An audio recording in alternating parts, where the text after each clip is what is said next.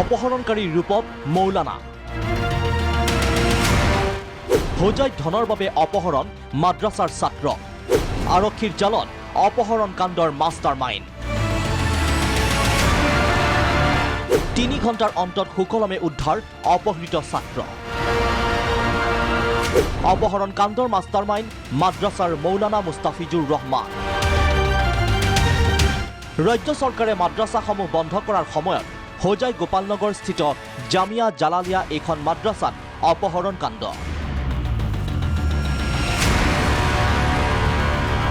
ধনৰ বাবে অপহৰণ মাদ্ৰাছাখনৰ ছাত্ৰ ছামিম আখতাৰৰ।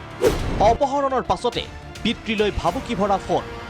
মুক্তিপণৰ দাবী প্ৰথমে ৫ লাখ, তাৰ পিছত আধা ঘণ্টাৰ ভিতৰত ১ লাখ দাবী। কালি ৰাতি হঠাৎ এটা ফোন কৰিলে মোৰ মোবাইল মোৰ বোলে কি হ'ল বোলে তোমাৰ ল'ৰাটোক ক'ত কৰি আছে তোমাৰ দেখা বোলে তোমাৰ ল'ৰাটোক মই উঠাই দিলোঁ কিয় বোলে নাই এতিয়া পইচা দিব লাগিব ইমান পইচা দিব নোৱাৰোঁ মোৰ কাম কৰি খাওঁ মানুহ আজিৰা কাজিৰা দিন হাজিৰা খাই কাম কৰি খাওঁ মানুহ এতিয়া কি কৰিব লাগিব মই ক'লে এটা কাম কৰ তই আধা ঘণ্টামান ভিতৰত ১ লাখ টকা দিলে হৈ যাব নহ'লে তুমি ল'ৰাটোক মাৰি পেলাই দিম। ঘটনাৰ খবৰ পাই তৎপৰ হোজাই আৰক্ষী। অপৰাধ নিয়ন্ত্ৰণ শাখাৰ অতিৰিক্ত আৰক্ষী অধীক্ষক পল্লৱ তামুলীৰ নেতৃত্বত নিশাই অভিযান। জালালিয়া মাদ্ৰাছাৰ এজন ছাত্ৰ তেওঁ মাদ্ৰাছাৰ পৰা ওলাই যোৱাৰ অৱস্থাত অপহৃত হৈছে বুলি আমি এটা খবৰ পাওঁ আৰু এইটোও খবৰ পাওঁ লগতে যে তেওঁৰ পিতৃক ইতিমধ্যেই কেইবা লাখ টকাৰ ৰেঞ্চম ডিমাণ্ড কৰা হৈছে আৰু লগে লগে আমাৰ অভিযান আৰম্ভ হয়। অভিযানত মাদ্ৰাছাখনৰ কাষৰ পৰাই উদ্ধাৰ অপহৃত ছাত্ৰ। পৰৱৰ্তী সময়ত আৰক্ষীৰ অভিযানত ওলাল জুলুঙাৰ মেকুৰী। অপহৰণ কাণ্ডত জড়িত মাদ্ৰাছাখনৰে আন এজন ছাত্ৰ তথা মৌলানা। OC আমাৰ TSI আমি সকলো অভিযানত আমি লাগি পৰোঁ আৰু এই আমাৰ অভিযানৰ শেষত আমি আমাৰ অভিযানৰ সফলতাৰে আমি প্ৰায় ৩ ঘণ্টাৰ পিছত আমি যিজন অপহৃত ছাত্ৰ তেওঁক আমি সুশৰীৰে আৰু সুকলমে উদ্ধাৰ কৰিবলৈ আমি সক্ষম হওঁ আৰু লগতে যিজন অপহৰণকাৰী আমি তেওঁকো ধৰিবলৈ কৰায়ত্ব কৰিবলৈ সক্ষম হওঁ। ধনৰ বাবে অপহৰণ কৰাৰ কথা স্বীকাৰ মৌলানা মুস্তাফিজুৰ ৰহমানৰ। কি নাম বাচ্চাটো? কিয় কৰিছিলা?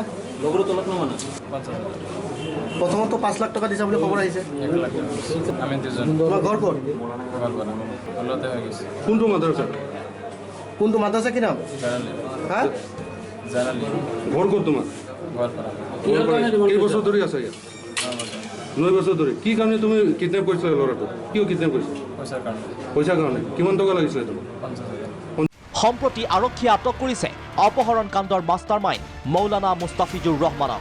এই অপহৰণ কাণ্ডৰ লগত আছে নেকি জড়িত আন কোনো লোক, তাৰো তদন্ত অব্যাহত ৰাখিছে আৰক্ষীয়ে। আমি তদন্তৰ পিছৰ পৰ্যায়ত ওলাব, কিন্তু মূল অপহৰণকাৰী আমি ইতিমধ্যে প্ৰাৰম্ভিক তদন্তত ওলাইছে যে মূল অপহৰণকাৰী তেওঁৱেই আছিলে মৌলানাজনেই মুস্তাফিজুৰ ৰহমান। আৰু তেওঁৰ পিতৃলৈ ফোন কৰা তেখেতেই আছিল। তেওঁৱে ফোন কৰিছিলে, তেওঁৰ পিতৃক যিটো আপোনাৰ পইচা ডিমাণ্ড কৰিছিলে। যি সময়ত ৰাজ্য চৰকাৰে মাদ্ৰাছাসমূহ বন্ধ কৰাৰ পৰিকল্পনা কৰিছে তেনে সময়ত হোজাইৰ জামিয়া জালালিয়া এই মাদ্ৰাছাৰ মৌলানাই কৰা অপহৰণ কাণ্ডই সৃষ্টি কৰিছে প্ৰতিক্ৰিয়াৰ। হোজাইৰ পৰা লক্ষ্মণ শৰ্মাৰ ৰিপৰ্ট, প্ৰাগ নিউজ।